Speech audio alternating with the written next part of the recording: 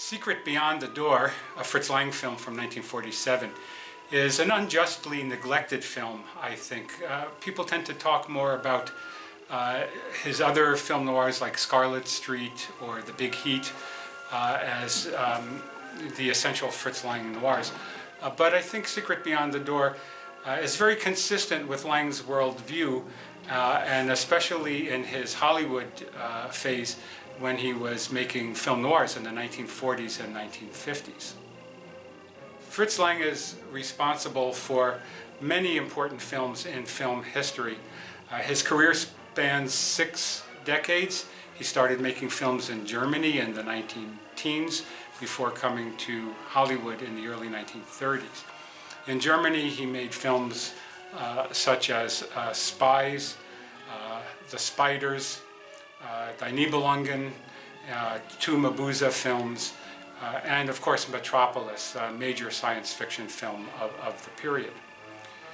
When Lang came to Hollywood, and he left Germany even though he was at the height of his career because of the rise of National Socialism, the Nazis, and he fled the country, came to Hollywood, where he was well received. He made 3 films in Hollywood, known as his social trilogy in the early 1930s, beginning with Fury in 1934. But these films, and each of those films was made for a different studio. So Lang was moving around. But these films, while they were prestige pictures, were not especially well received at the box office. In fact, You and Me, which was a film that was inspired a bit by Bertolt Brecht, someone that Lang knew, and the film has music by Kurt Weill, was a commercial flop. So after those 3 films, Lang kind of took a break, traveling around the US, absorbing the milieu of the United States. And when he came back to making films, very surprisingly, he came back and he made a Western, which would seem to be not his forte.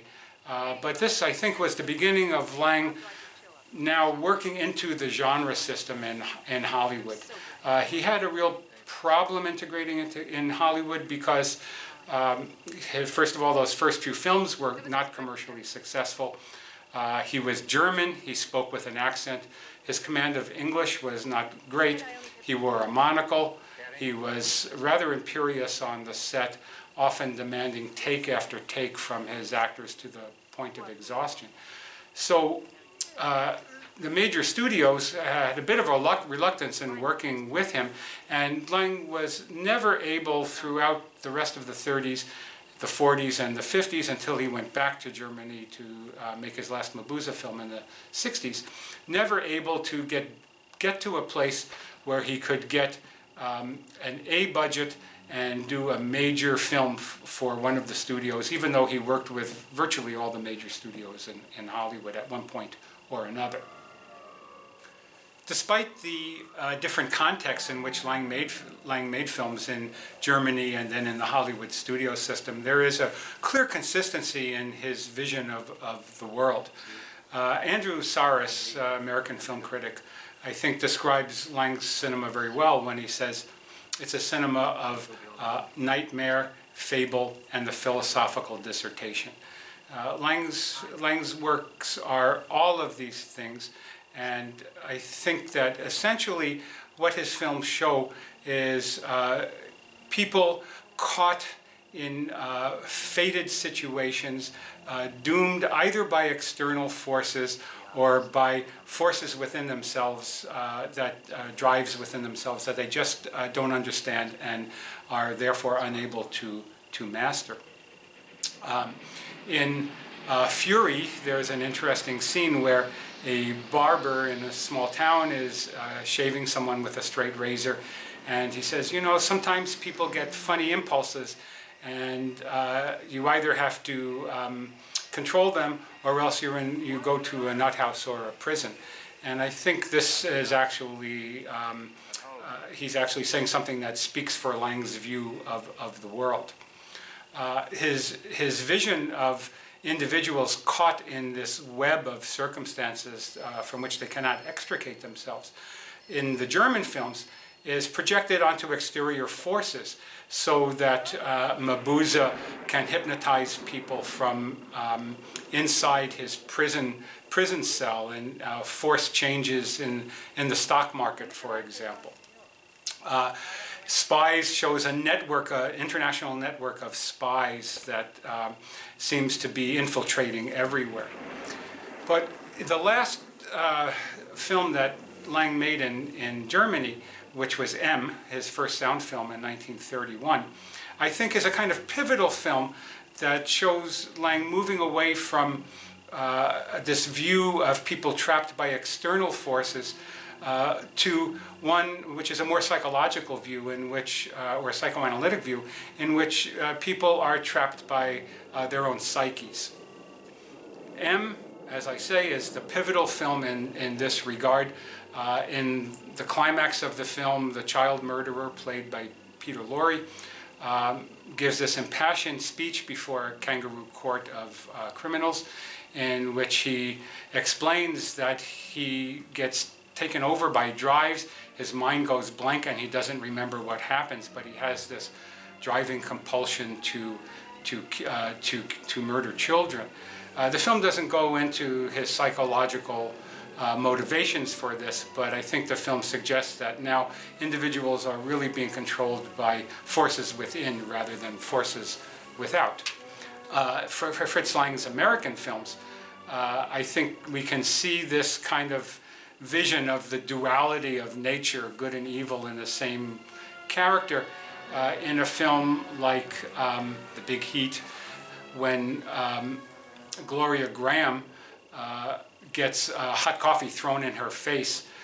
She is the moll of a gangster, but she now wants to do the right thing.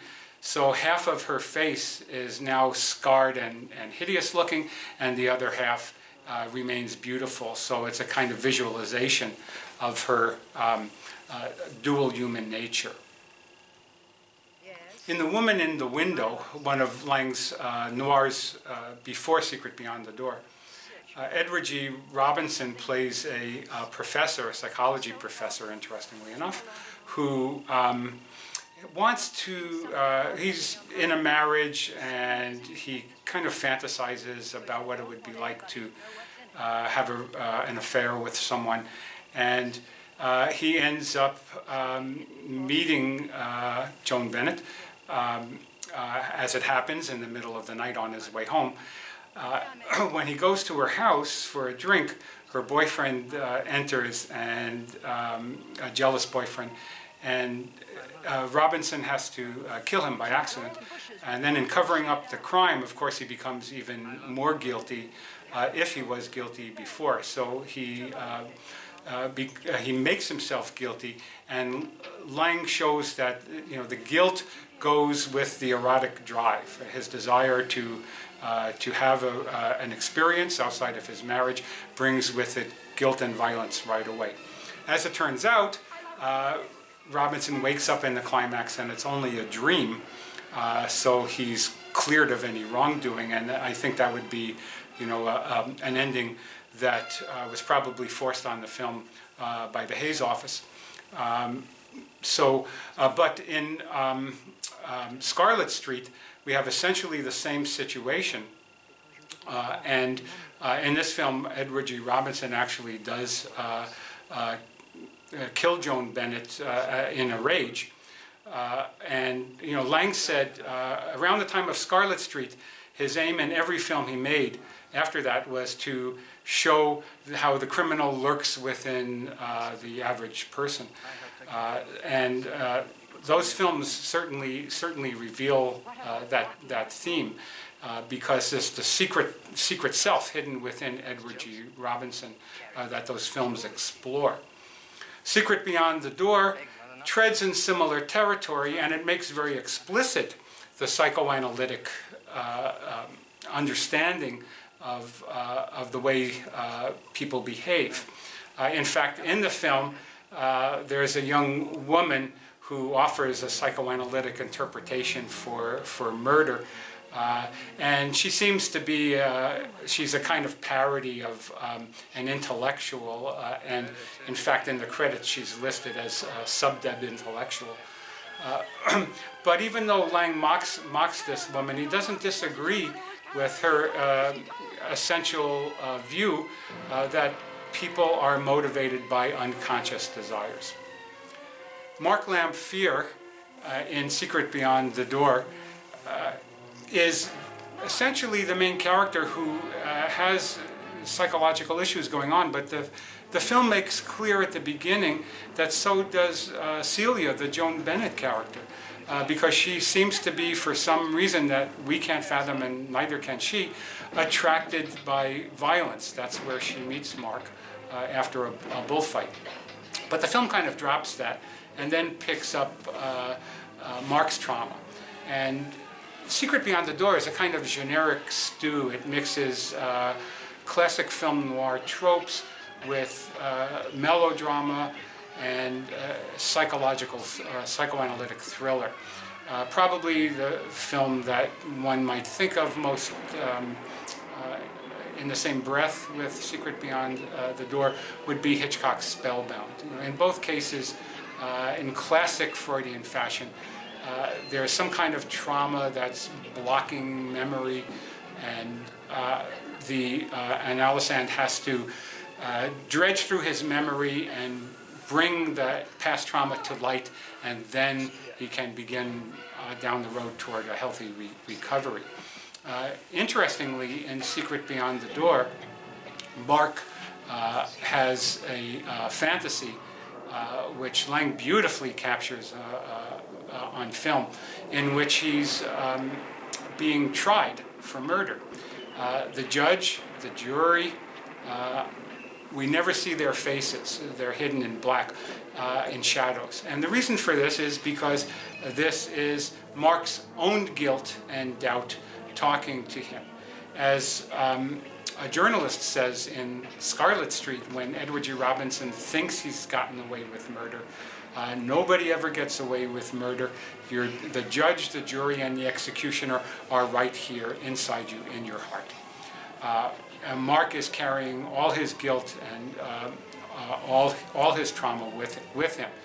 Celia, of course, helps bring this to light. And at the end of the film, they have a long way to go, but it's now a sunny day, and they can move on together. Secret Beyond the Door is also filled with all kinds of imagery that at once relates to film noir, but also to psychoanalytic metaphors. So that the film features motifs of dark hallways, of doors that are locked, of keys to get into the doors, of curtains. People are always standing in front of curtains, which I think Lang is suggesting that they are performing themselves because they're hiding who they really are in their social performance. So all of these motifs relate to film noir because we have a lot of shadows, and we had a lot of entrapping imagery in the film, and very geometric imagery, which is very Fritz Langian, to express a sense of entrapment. But these images also suggest a sense of kind of a psyche that's frozen and locked and needs to be opened, and Celia has the key to unlock it.